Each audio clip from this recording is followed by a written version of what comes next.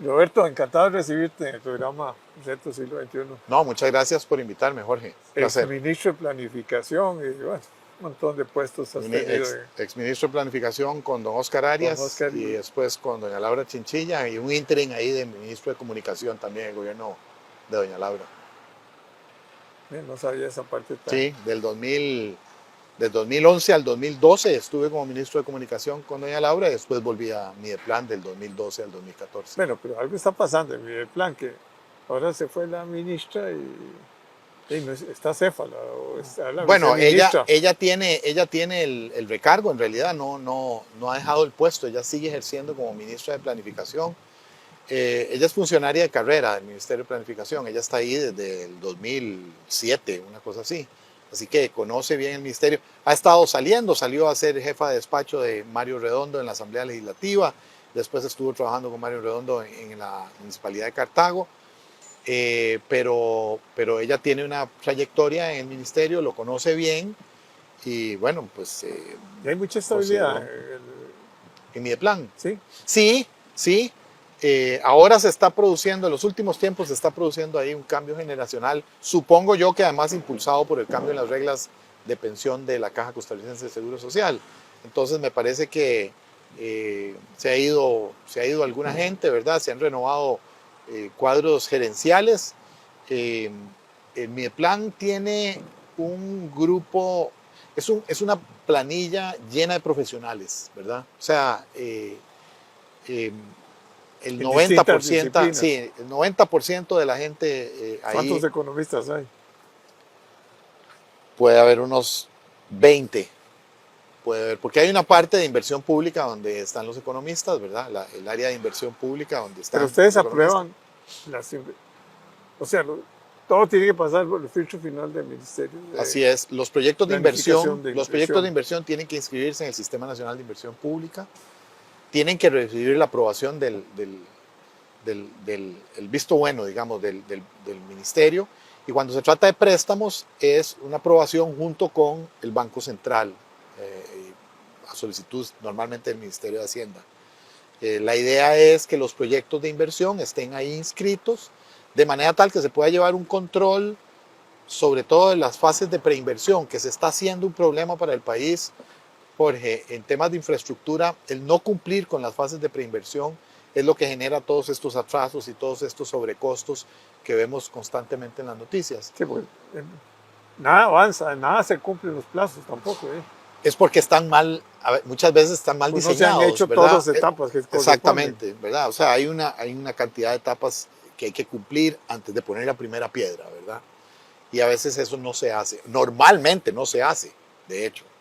Entonces, claro, en el transcurso de la ejecución se empiezan a ver carencias Las técnicas, las expropiaciones, expropiaciones, los los puentes, las puentes, rotondas. pero además, como se dura tanto, ¿verdad? Desarrollando la infraestructura, cuando ya se empieza la obra, Comienzan los problemas. no, ya las necesidades son mayores. Entonces se termina la obra y rápidamente es sobrepasada por la demanda. Sí, sí, Lo que le pasó a la veamos. ruta 27, lo que le pasa a Circunvalación en las salidas a las rutas principales, tiene que ver con Sí, eso, pero ¿verdad? Circunvalación tiene 40 años, casi 50 Sí, de haberse bueno, cuando se pensó, soy sin... era una obra que daba perfectamente para la demanda de ese momento, más no sé, 10 años, 15 años más. Pero si usted dura 40 años haciéndola, por supuesto que cuando la abre de una vez, la demanda sobrepasa automáticamente la oferta, ¿verdad? Y Bueno, eso pero tiene que ¿qué ver vamos a mucho con hacer ese con tema. esto? Porque yo veo que la 27 es un parqueo Sí, a ciertas horas, ¿verdad? Y si hay un choque, ni peor, hablar, peor. colapsó. Y además, un choque en la 27 afecta el Todo. tráfico en la Sabana, en Romoser, Sí, en sí, sí, tiene Pavas, un en todo efecto ese lado. multiplicador. Exacto. Yo Y creo bajo que, la Ledesma esa era bueno, peor. cuando Eso era eso fue un... una locura, ¿verdad? Esa época. Yo creo que hay varias cosas que hay que hacer. Bueno, primero hay que efectivamente fortalecer todos los procesos de preinversión para que las obras empiecen. eh, Pero eso le corresponde al Ministerio de Eso le Transportes, corresponde a en quien gran haga la parte, a obra, quien haga ¿verdad? la obra. Sí, estamos hablando ahorita de infraestructura CONAVI. vial, eso le tocaría, digamos, al MOP y a CONAVI, ¿verdad? Eh, la otra cosa, Jorge, que es fundamental, es blindar los proyectos de infraestructura vial de las veleidades del cambio de gobierno, ¿verdad? Porque tenemos ese problema. Ahora, por ejemplo, con la Ruta 27, ¿verdad? En la Ruta 27, en el 2014, el concesionario tenía una propuesta inicial ya lista, que se presentó al Consejo Nacional de Concesiones en los últimos meses del gobierno de Laura Chinchilla. Pero Llevamos no, 12 años en este juego. no se tomó, o sea, no se pudo avanzar en eso porque estaba el conflicto con la Ruta 1 y la concesión a la compañía brasileña OAS. El gobierno de Luis Guillermo Solís pasó 4 años pateando la bola, diciendo que querían recuperar la concesión y que sí, que no, y no pasó nada, ¿verdad? Después vino Carlos Alvarado, que retomó las negociaciones con la concesionaria, llegó, según lo dice el exsecretario, el secretario ejecutivo, secretario técnico de concesiones, dice, llegaron a un avance de 80% en la negociación. Y ese 20. Y cuando llegó el gobierno actual, el anterior ministro de Transportes dijo que había que ver si se sacaba la concesionaria, después se dijo que se iba a conseguir un préstamo para construir lo que no fuera la concesionaria. ¿Verdad? Pasaron 2 años en esto y cuando se hizo el cambio en el Ministerio de Obras Públicas y Transportes, en la dirección, en la jerarquía, el nuevo ministro dijo que no, que había que retomar las negociaciones, pero para todo esto ya han pasado 10 años, ¿verdad? Igual con las rutas, incluso con financiamiento. La carretera entre Limonal y Barranca tenía un financiamiento, no se pudo seguir por problemas de expropiaciones, etcétera. Quien había ganado el concurso no dijo ya no más, ¿verdad? Y entonces vino este gobierno, trató de hacer una sesión de contrato y como no pudo, entonces quitó ese financiamiento y se lo pasó a otra carretera, ¿verdad? Entonces, algo que tenemos que hacer es buscar una forma. Yo sé que la Cámara Costarricense de la Construcción anda dándole vuelta a la idea de cómo hacer que los proyectos de infraestructura cumplan su ciclo natural sin interferencia política, ¿verdad? Uno entiende que cada gobierno quiere dejar su impronta particular, ¿verdad? Exactamente. Y que muchas veces las obras de largo plazo no son políticamente atractivas, porque no me va a tocar a mí poner la placa, sino que la va a poner otro gobierno. Pero eso tiene un impacto enorme, digamos, en todo eso. Ahora, claramente eso tiene que ver con temas de planificación en general, ¿verdad? La planificación, Jorge, se hace para tratar de atenuar la incertidumbre del futuro. Ese es el objetivo final de la planificación, del ejercicio de planificación.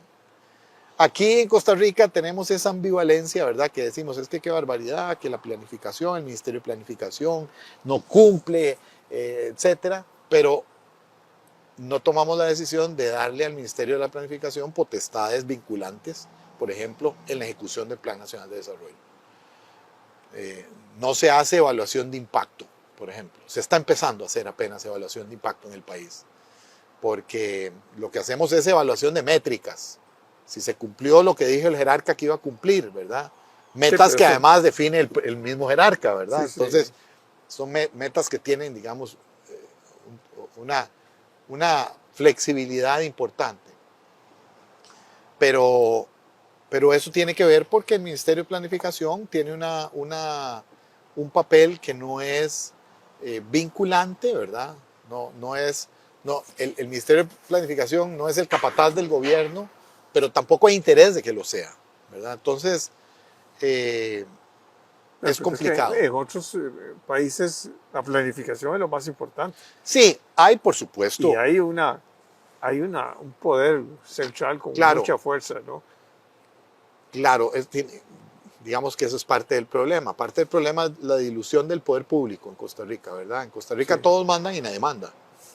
Se baja la manguera. Bueno, cualquier cosa. Y si hay cambios entre el mismo gobierno, cambia un ministro a otro, dice, no, yo no estoy de acuerdo. Exactamente. Mi prioridad es otra ahora. Exactamente. Voy a hacer rotondas en lugar de puentes, porque es muy caro y porque esto es esto. Entonces ya... Bueno, entonces recibimos obras que no tienen la calidad deseada ni vislumbrada en la concepción inicial del proyecto. Pero bueno, es que tenemos que buscar esa forma de mantener políticas, la estabilidad de las políticas públicas. Todos los gobiernos han hecho su Plan Nacional de Transporte, por ejemplo, ¿verdad?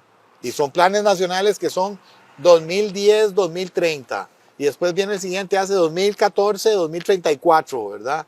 Y todos van ahí Y haciendo hacen sus una planes ceremonia ahí en y el Teatro y Nacional. lo presentan, etcétera. Y resulta que cada 4 años se cambia.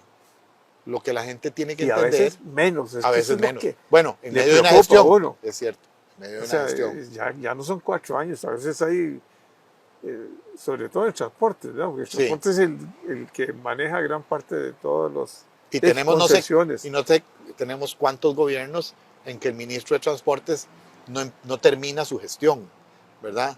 Bueno, en el tiempo de Carlos fue uno solo, ¿no?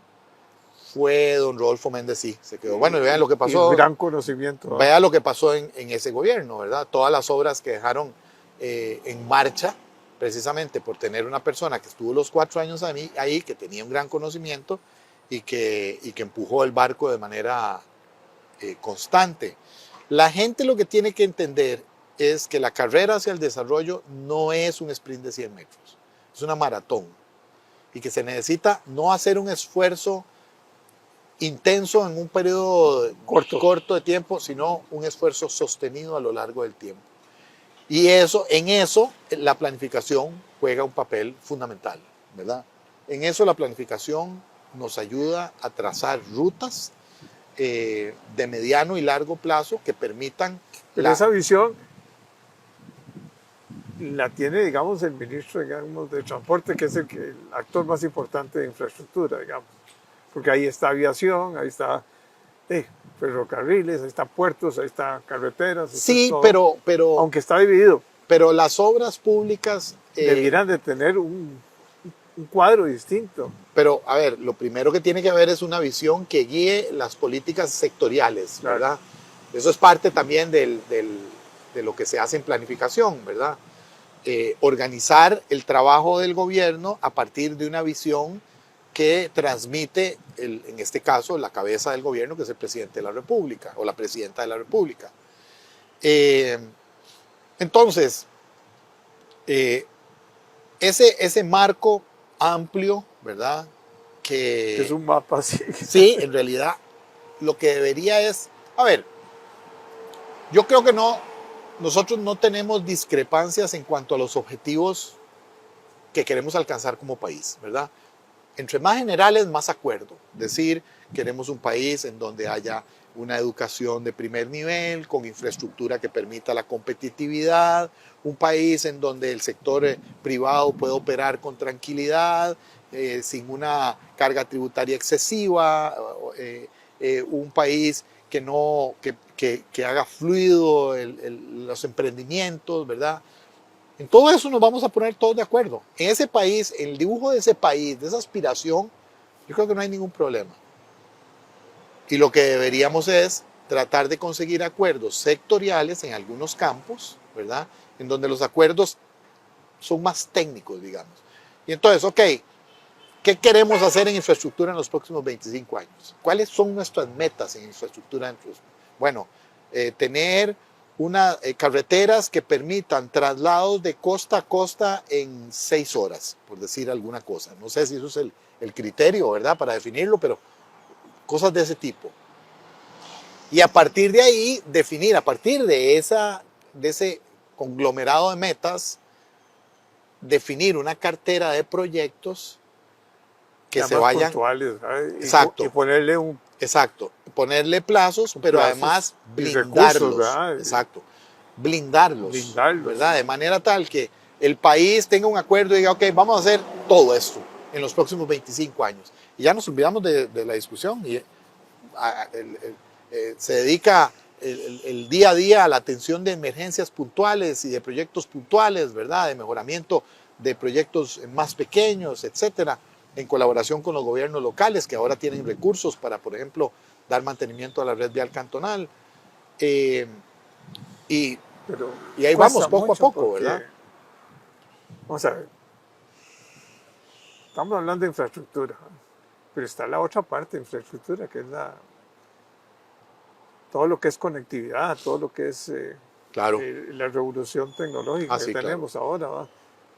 La inteligencia artificial que no existía y que va acelerado, cambiando todo y que va a renovar todo. Y además, por ejemplo, yo creo mucho en las concesiones. Definitivamente, un país que no tiene recursos tiene que buscar Sin acuerdos duda con el alguna. sector privado. Sin duda alguna. Y bueno, ahí vemos la ruta 1, ¿verdad? La que va a San Ramón. ¿Verdad? Ahí se quedó, se pasó luego al Banco de Costa Rica. Pero es que, Jorge, pero era el acuerdo era llegar. Exacto. Pero a ver, en esos traspiés. En ese tema de concesiones específicamente,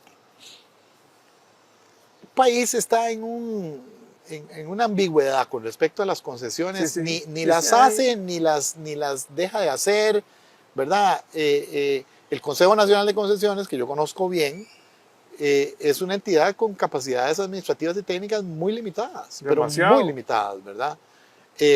Como para hacer supervisión efectiva de proyectos como la terminal de contenedores de Moín. Ahora se acaba de publicar el cartel de licitación para la modernización del puerto de Caldera, con una inversión de $600 millones, ¿verdad? Y lo que hay son 40 empleados, pero, si acaso. Pero además, por una reforma de ley que se hizo en el 2008, si mal no recuerdo, se le restaron recursos. Entonces, tal vez lo que deberíamos pensar es, bueno, primero,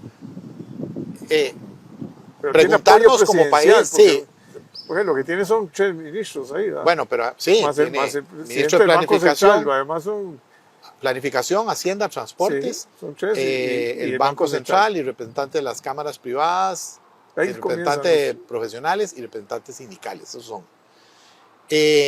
Pero lo que quiero decirte es que no sé si nosotros deberíamos, primero, preguntarnos como país, bueno, vamos a meternos en alianzas público-privadas en serio.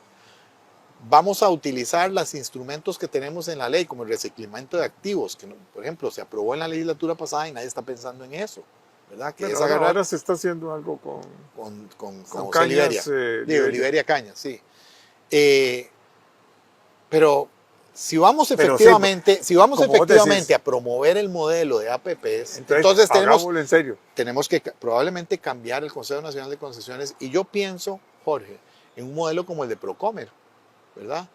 Que es tener un Consejo de Concesiones que se dedique a la promoción de las APPs, y que todo lo que es supervisión técnica caiga en el aparato del Estado, y que las carreteras las supervise, la operación de las carreteras en el marco de los contratos definidos lo haga el MOP, y que la operación de los puertos lo haga el INCOP o Habdeba, ¿verdad? Pero que el Consejo de Concesiones, su labor no sea reactiva, esperar ahí a que lleguen con proyectos, sino ir a promocionarlos. Ir a promocionarlos, como hace Comex, como hace Procomer. Ir al extranjero y decir, vea, este país necesita ampliar la carretera entre San José y San Ramón, por ahí pasan 360,000 vehículos al mes. Háganos una propuesta y nosotros hacemos una concesión de eso. Hacer un concurso y que la gente venga y diga, bueno, yo solo puedo hacer. Hay montones de fondos de inversión que están como locas por negocios de estos. Por supuesto, fondos de pensiones europeos, etcétera. Pero no damos el paso, ¿verdad? Porque existe, digamos, esta... que eso es privatizar. Es privatizar, ¿verdad? Como si fuera que uno va a tener privatizado, no sé, limpieza de los... Pero además la gente dice, pero es que me van a cobrar peaje. En cambio, la carretera de San Ramón es gratis. No es gratis. No es gratis. Bueno, la carretera de San Ramón tiene peaje, pero la ruta 32 no tiene peaje. Tiene ese peajecillo ahí ridículo, ¿verdad? Más bien cuesta más la presa. Exactamente. Pero, entonces, hay muchas cosas que se pueden decir con respecto a eso. Usted tiene que tener... Hospitales, lo mismo proyecto de hay montones gobierno, de cosas que se pueden, ciudad gobierno. Hay montones de cosas que se pueden hacer vía alianzas público-privadas. Pero lo primero que hay que hacer es que creamos en el mecanismo, creamos en lo que se puede hacer, ¿verdad? Yo considero que nosotros estamos perdiendo oportunidades como país sin utilizar el modelo, ¿verdad? O las facilidades o promocionarlo. En otros países han avanzado muchísimo, en Chile han avanzado muchísimo. Por ejemplo, hay una iniciativa privada, por ejemplo, en el Consejo de Concesiones para hacer el cobro electrónico de peajes en todas las carreteras sin casetas, como se hace en otros países que tienen sensores. Uno pasa con un sticker pegado al teléfono, al carro, y no tiene que parar uno en ningún lado, ni la presa, ni la cosa más folclórica que en este país, que el peaje de San de la Cañas, ¿verdad? Los encargados del peaje, cuando ven que la presa está muy grande, abren el peaje. Esa es la cosa más folclórica de este país, ¿verdad? O sea, ¿con qué criterio? ¿Qué estará viendo? Bueno, en fin. No, y ese arreglo que se hizo también con un fideicomiso, con un banco, ese no es el camino tampoco. Eso era... Es un parche ahí. Eso era una forma de parar el descontento, ¿verdad? Y el fideicomiso lo que es una forma de financiamiento. Pero entonces lo que tenemos que hacer es educar al pueblo. Si los fideicomisos, si las alianzas es el futuro, hay que educar. Yo creo que hay que cambiarle el chip a la gente. Yo creo que hay que demostrarlo con éxitos rápidos. Y, por ejemplo, decir, bueno, porque yo oigo a la gente todavía quejándose de la Ruta 27, y es que la Ruta 27 es un trillo y no hay... Claro, porque se planeó en el año 2000 y se pudo hacer hasta el año 2009, ¿verdad? Pasó mucho tiempo la necesidad, por supuesto, y además los problemas de haber ampliado hace exactamente 6 años. La Ruta 1 pegada, entonces mucha gente en el Coyol se desvía hacia la Ruta 27 y lo hace más grave el problema, ¿verdad? Pero no volvimos a ver interrupciones del servicio en la 27, porque tenemos un concesionario ahí al que se le hace responsable de eso. Pero hemos aceptado como normal, Jorge. Ve qué tristeza, ¿verdad? Que de pronto nos digan, un derrumbe en la Ruta 32 va a pasar una semana cerrada. La carretera por la que sale el 80% de las exportaciones de este país. Y no importa, la gente lee eso, la pucha, otra vez se cayó qué tirada, ¿verdad? Y entonces tenemos... Ahí no pagamos peaje, está bien, perfecto, pero durante una semana, y Dios guarde, pase algo por la carretera por Turrialba, ¿verdad? O la de Vara Blanca para pasar al otro. Entonces ya el Atlántico queda cerrado. Yo creo que hay que avanzar en el tema de alianzas públicas. ¿De concesiones? No. Hay que pegarle una revisada, sobre todo si lo que pretendemos es darle una vuelta al modelo y cambiar la naturaleza del Consejo Nacional de Concesiones. Porque puede ser que lo que yo estoy diciendo es una tontería de poner al Consejo Nacional de Concesiones a promocionar proyectos, pero entonces hay que darle potestades y recursos al Consejo Nacional de Concesiones para que incorpore la promoción dentro de sus funciones, pero para que pueda hacer una supervisión efectiva de los aspectos técnicos de las concesiones que tenemos, que no son muchas, pero que tienen una magnitud importante y que tienen una importancia estratégica para el país, ¿verdad? Pero nuevamente, eso se trata de visión de largo plazo, Jorge. La luz larga de este país se le apagó hace rato y no hay manera. Pasamos manejando la coyuntura. A puros parches. A puros parches, a pura improvisación. De verdad, no hay un ordenamiento. Aparte de los cambios que se hicieron, ¿verdad? Con el TLC.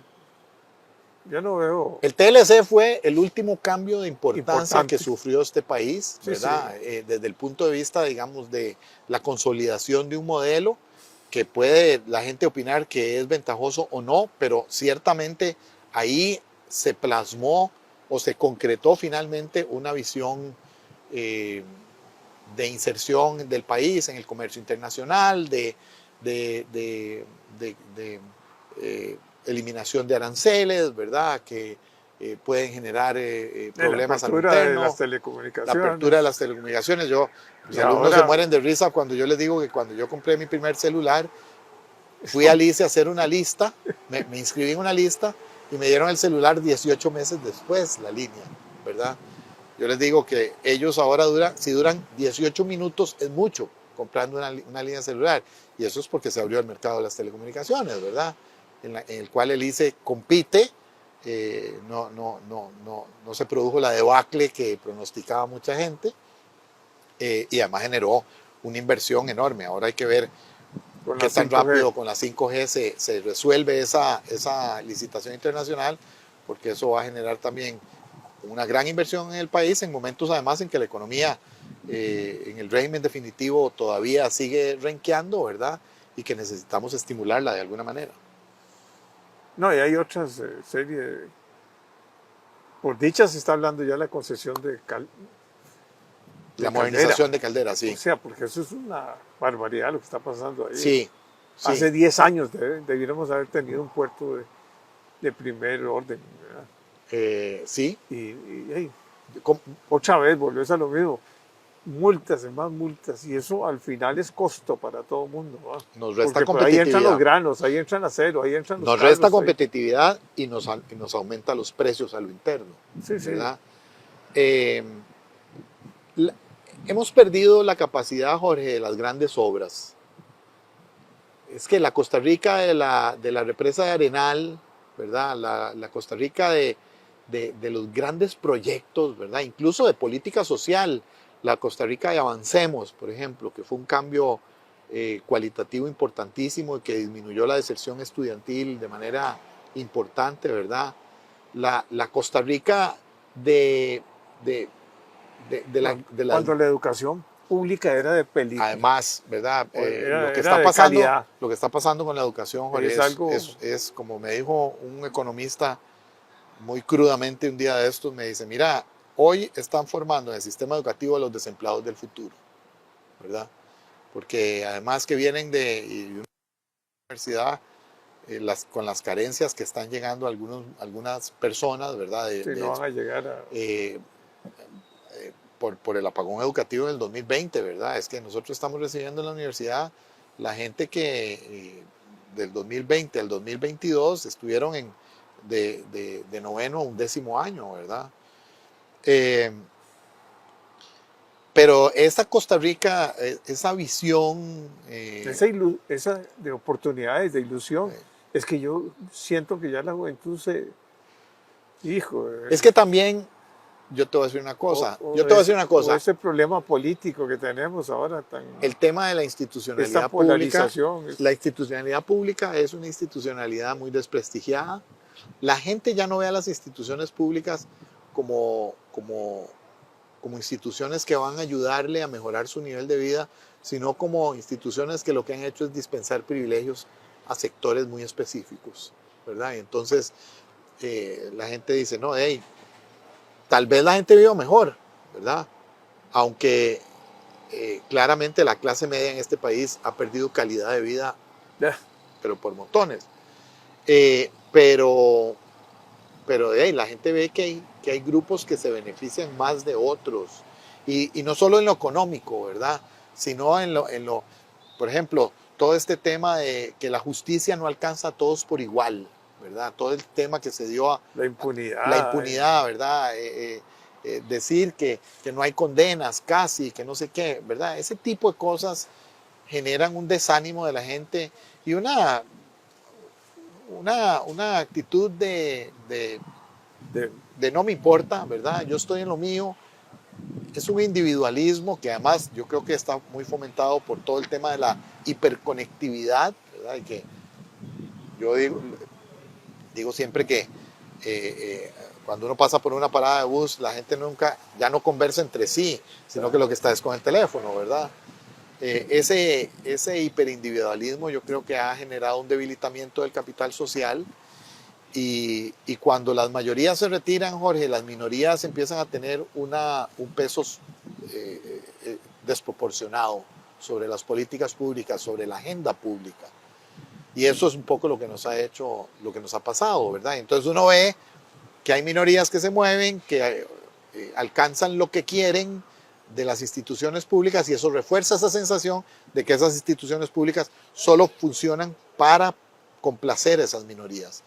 Y entonces la gente sigue retraída, sigue sin participar, ¿verdad? 87% de la gente dice no pertenecer a un partido político. Y los sindicatos siguen haciendo... Los sindicatos también, están a la libre. ¿verdad? Todo lo que tiene que ver con instancias colectivas de organización están a la baja, ¿verdad? El comunitarismo como base de la convivencia social no no goza de buena salud en estas épocas, ¿verdad? Y bueno, tal vez por eso es más necesario retomar la visión de largo plazo y construir procesos de planificación que sostengan esos esfuerzos de largo plazo, de manera tal que paulatinamente las instituciones logren nuevamente retomar su papel de facilitadores en la mejora del nivel de vida de la gente, y con eso tratar de recuperar la fe de la gente en las instituciones y en los procesos democráticos, que es parte del problema grande que tenemos actualmente. Bueno, Roberto, muchas gracias. Perdón, Espero invitarte hablé de otra mucho, vez. No. hablé de mucho y no hablé de nada, yo creo. No, hablaste muy bien y coincido con todo lo que decís. ¿Sí? No cabe duda que los que hemos pasado ahí ya en el sector público sabemos lo que está sucediendo, la tragedia.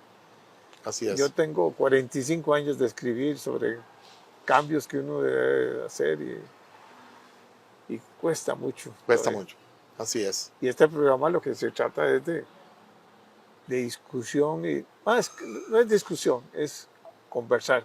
Me parece bien, me parece que es un gran aporte porque hay que hablar de estas cosas desapasionadamente, ¿verdad? Y hay que seguir hablando de ellas porque hay que hacerlas en algún momento, Jorge. Y entonces yo creo que es un esfuerzo muy valioso. Gracias, Roberto.